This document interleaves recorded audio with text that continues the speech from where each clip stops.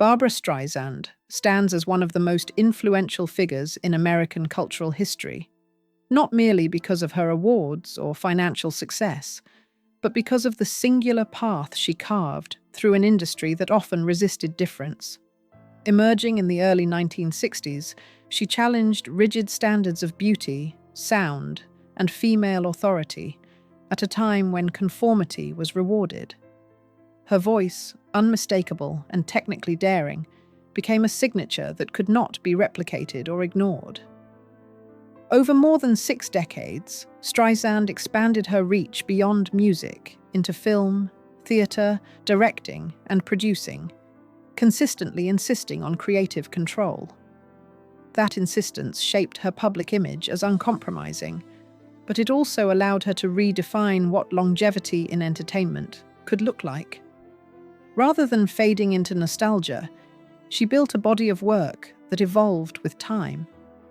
Her career is not just a collection of successes, but a continuous statement about independence, discipline, and artistic self-determination. Success built without a safety net. Streisand's early life in Brooklyn was marked by instability and emotional distance rather than privilege. She lost her father as an infant and was raised in a household where encouragement was scarce and expectations were cautious at best. Financial support for artistic ambition was non-existent, forcing her to rely on self-belief and persistence. As a teenager, she gravitated toward music and performance not because it was encouraged, but because it offered a form of escape and self-definition. After graduating high school, she chose not to attend college, instead moving to Manhattan and taking acting classes while auditioning relentlessly. These early years were shaped by rejection, small venues, and constant uncertainty. Yet that environment forged her resilience and sharpened her instincts. Streisand's later independence, both financially and creatively, can be traced directly to these formative experiences, where survival depended not on family backing, but on personal resolve and an unwavering commitment to craft. Breaking through and redefining stardom. The early 1960s marked a turning point when Streisand's talent finally met public recognition.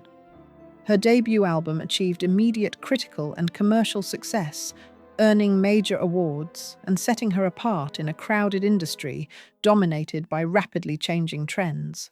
What made her breakthrough remarkable was not just the speed of success, but the way it defied expectations.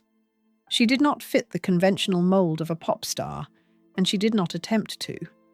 On Broadway, her performance in Funny Girl further cemented her reputation as a once-in-a-generation talent, leading to a film adaptation that earned her an Academy Award. These achievements established her as both a musical and dramatic force. Importantly, Streisand was not content to remain a performer alone. She began pushing for greater influence behind the scenes, laying the groundwork for a career defined as much by authorship and leadership as by performance. Expanding power behind the camera. As her fame grew, Streisand increasingly challenged the limitations placed on women in Hollywood, particularly in directing and producing. Her work on Yentl in the early 1980s became a defining moment, as she assumed multiple roles in a production that many believed was too ambitious. The project's success proved otherwise and earned her historic recognition. This phase of her career signaled a shift from star to architect, someone shaping stories, budgets, and creative direction. While commercial success continued through albums and tours, her behind-the-camera work carried deeper significance. It demonstrated that longevity in entertainment could be sustained through reinvention rather than repetition. Streisand's insistence on quality and control often meant longer production timelines and selective output, but it preserved the integrity of her work.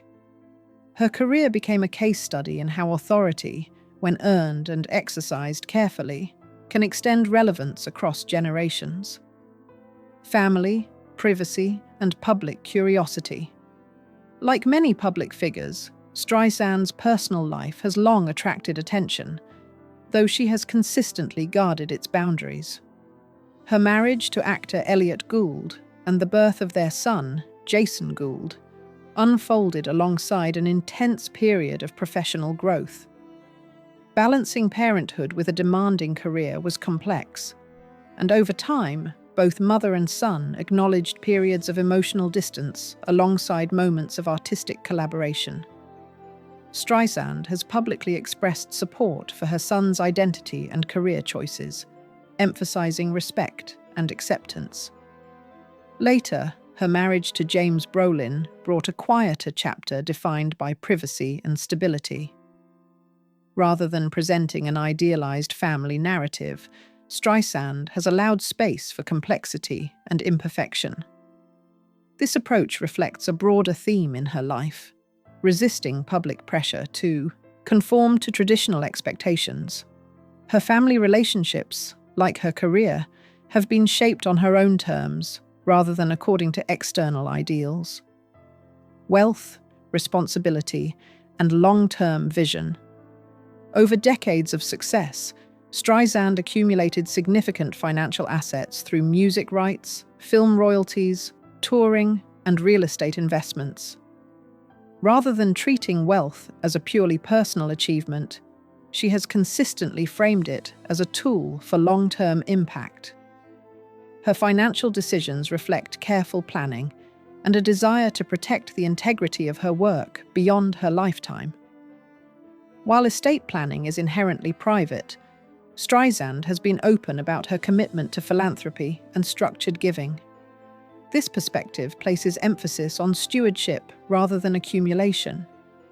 In an industry where sudden wealth often leads to fragmentation or exploitation, her approach has been notably deliberate. By organizing assets, copyrights, and archives with future oversight in mind, she has aimed to prevent misuse while ensuring continued access for educational and cultural purposes. This strategy highlights a broader philosophy. Success carries responsibility, and legacy requires intention rather than assumption. The Streisand Foundation and Social Impact, founded in the mid-1980s, the Streisand Foundation represents a central pillar of her philanthropic identity. The organization supports causes related to education, environmental protection, public health, and women's rights, reflecting values she has advocated throughout her career. Rather than serving as a passive charity, the foundation operates with defined goals and long-term planning.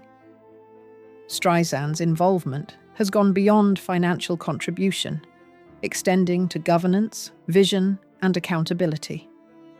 Over time, the foundation has funded research initiatives, advocacy programs, and educational opportunities designed to create measurable impact. This model reflects her broader approach to influence: targeted, structured, and values-driven. By linking her artistic legacy to civic engagement, Streisand has blurred the line between cultural and social contribution.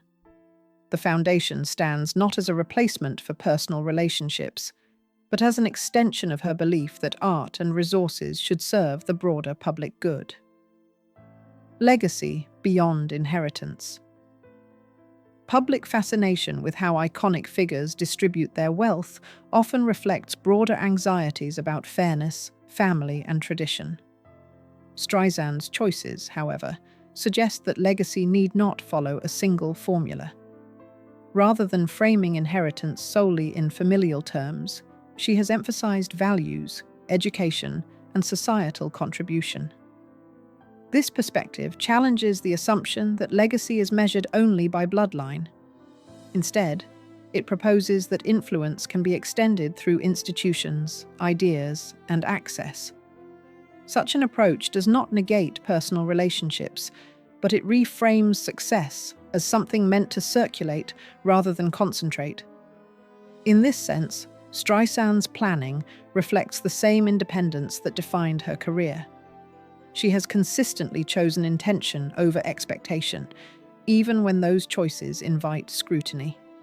Her legacy model has increasingly been studied as a reference point for artists navigating the transition from personal fame to enduring cultural presence. What remains and what continues? As Streisand enters the later chapter of her life, her focus appears less on expansion and more on continuity. Her work, institutions, and archives are positioned to function beyond her direct involvement, guided by clearly articulated principles. What remains is not simply a catalogue of albums or films, but a framework for how art, influence, and responsibility can coexist. Her career demonstrates that longevity is not sustained by constant visibility, but by coherence of purpose. In stepping back from active production, she has not withdrawn from relevance. Instead, she has consolidated it. Streisand's story ultimately resists simplification. It is not a tale of perfection or detachment, but one of deliberate choices shaped by experience. Her legacy continues not because it is preserved in isolation, but because it has been designed to interact with the world long after the spotlight fades.